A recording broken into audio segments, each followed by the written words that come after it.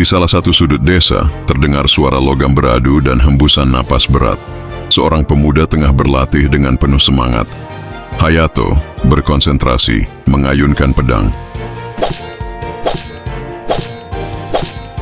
Ayunannya nyaris tak terlihat oleh mata biasa. Pedang kayu memecah udara dengan suara wush yang tajam. Hayato mundur selangkah, napasnya berat. Dahinya dipenuhi keringat, tetapi sorot matanya tajam. Kaede teriak dari rumah. "Hayato, sarapanmu sudah dingin." Hayato menoleh dengan senyum letih. "Sebentar lagi, aku hampir menguasai teknik ini." Seorang gadis remaja berambut hitam panjang muncul dari rumah. Dia mengenakan apron di atas yukata sederhana berwarna biru muda. Kaede berjalan sambil mengernyit. "Kalau kamu sampai jatuh pingsan karena kelaparan lagi, jangan salahkan aku." Hayato tertawa kecil, menurunkan pedang. Iya, aku datang." Saat mereka duduk sarapan, Kaede memperhatikan Hayato diam-diam.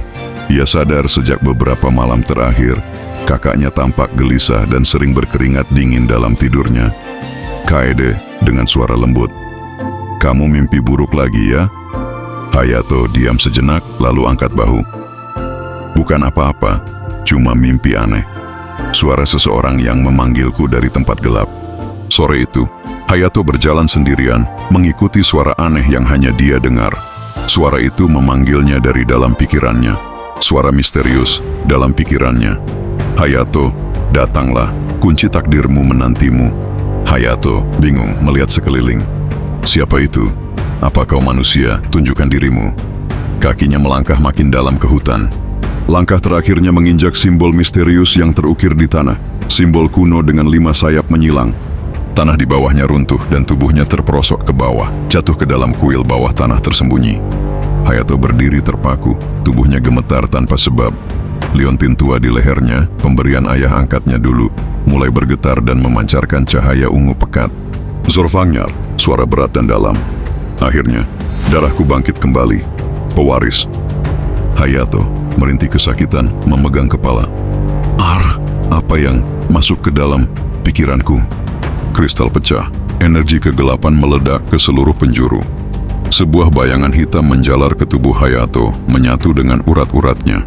Suara hati Hayato, "Kekuatan ini sangat besar, tapi mengerikan." Ledakan energi kegelapan menembus tanah, menciptakan kawah besar di tengah hutan. Warga desa melihat kilatan cahaya gelap dari jauh dan segera berlari menuju lokasi. Kaede menangis melihat Hayato tak sadarkan diri. "Kakak, bangun." Tiba-tiba, sihir cahaya menembus langit. Seorang gadis dengan jubah putih keemasan dan rambut coklat karamel mendarat perlahan dengan sihir di sekeliling tubuhnya. Aika dengan nada bicara yang datar. "Dia adalah pewaris Zorfagnar. Kita terlambat, segelnya sudah pecah." Kaede menggertak. "Siapa kamu? Jangan asal bicara tentang kakakku seperti itu." Aika dengan suara lembut tapi tegas memperkenalkan dirinya kepada Kaede. "Namaku Aika. Aku diutus untuk mencegah ini terjadi. Tapi sekarang, takdirnya telah terikat dengan monster terkuat yang pernah ada."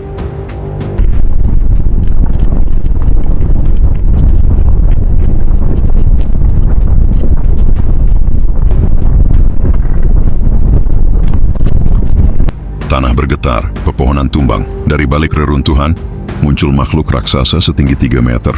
Kulitnya keras seperti batu, matanya menyala merah, yang bernama Gorazen. Aika mendesak menyuruh Kaede mundur. "Kaede mundur." Monster ini terpanggil karena aura Zorfagnar yang bangkit. Kaede menarik Hayato menjauh. "Ayo bangun. Kakak, bangunlah." Hayato membuka matanya. Matanya menyala ungu. Tubuhnya terangkat oleh energi yang tak kasat mata. Sebuah pedang hitam terbentuk dari bayangan, Kurouken. Hayato dengan suara rendah dicampur dengan suara Zorfagnar. "Aku akan melindungi mereka."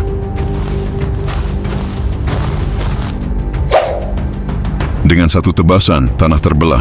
Gorazen hancur menjadi debu batu. Tapi setelahnya, Hayato roboh, tak sadarkan diri. Malam turun dengan cepat.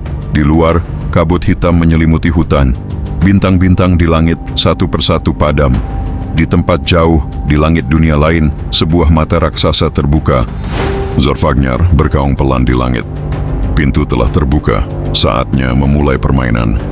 Aika berdiri di tepi kawah sambil memandangi Hayato yang pingsan. Aika berbisik, "Jika kamu jatuh ke sisi gelap, dunia tak akan punya harapan."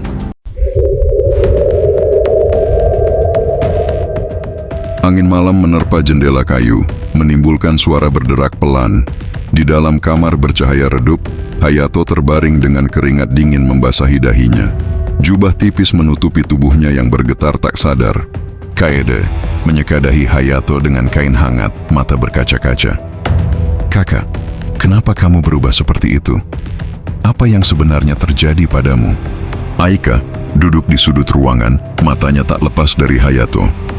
Kekuatan itu bukan milik manusia biasa, tapi dia berhasil mengendalikannya walau hanya sesaat. Itu sangat luar biasa. Kaede berbalik curiga. "Kau masih belum bilang siapa kamu sebenarnya." Aika menatap tajam. "Aku seorang klerik dari kuil Elterion, penjaga keseimbangan. Tugas kami adalah memastikan Zorvagnar tetap tersegel. Tapi sekarang, dia telah menyatu dengan tubuh kakakmu." Mata Hayato perlahan terbuka, pandangannya buram, tetapi dia bisa mendengar segalanya. Suara Aika menggema di pikirannya bersama dengan suara lain, yang lebih dalam, lebih menyeramkan. Zorvagnar bergema dalam pikirannya. "Kau adalah wadahku sekarang, Hayato. Semakin kau bertarung, semakin besar aku tumbuh dalam dirimu." Suasana balai desa dipenuhi ketegangan. Para tetua dan pemimpin desa duduk melingkar, wajah mereka cemas.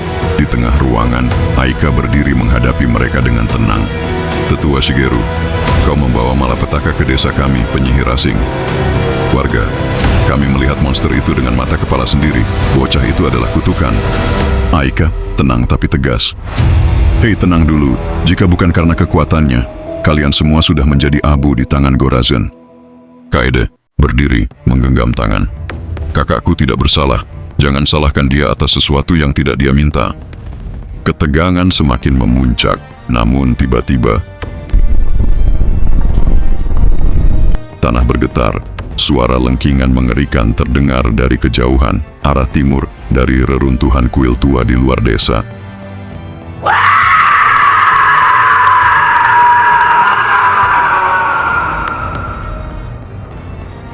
Aika terkejut. Tidak, mereka datang lebih cepat dari perkiraan.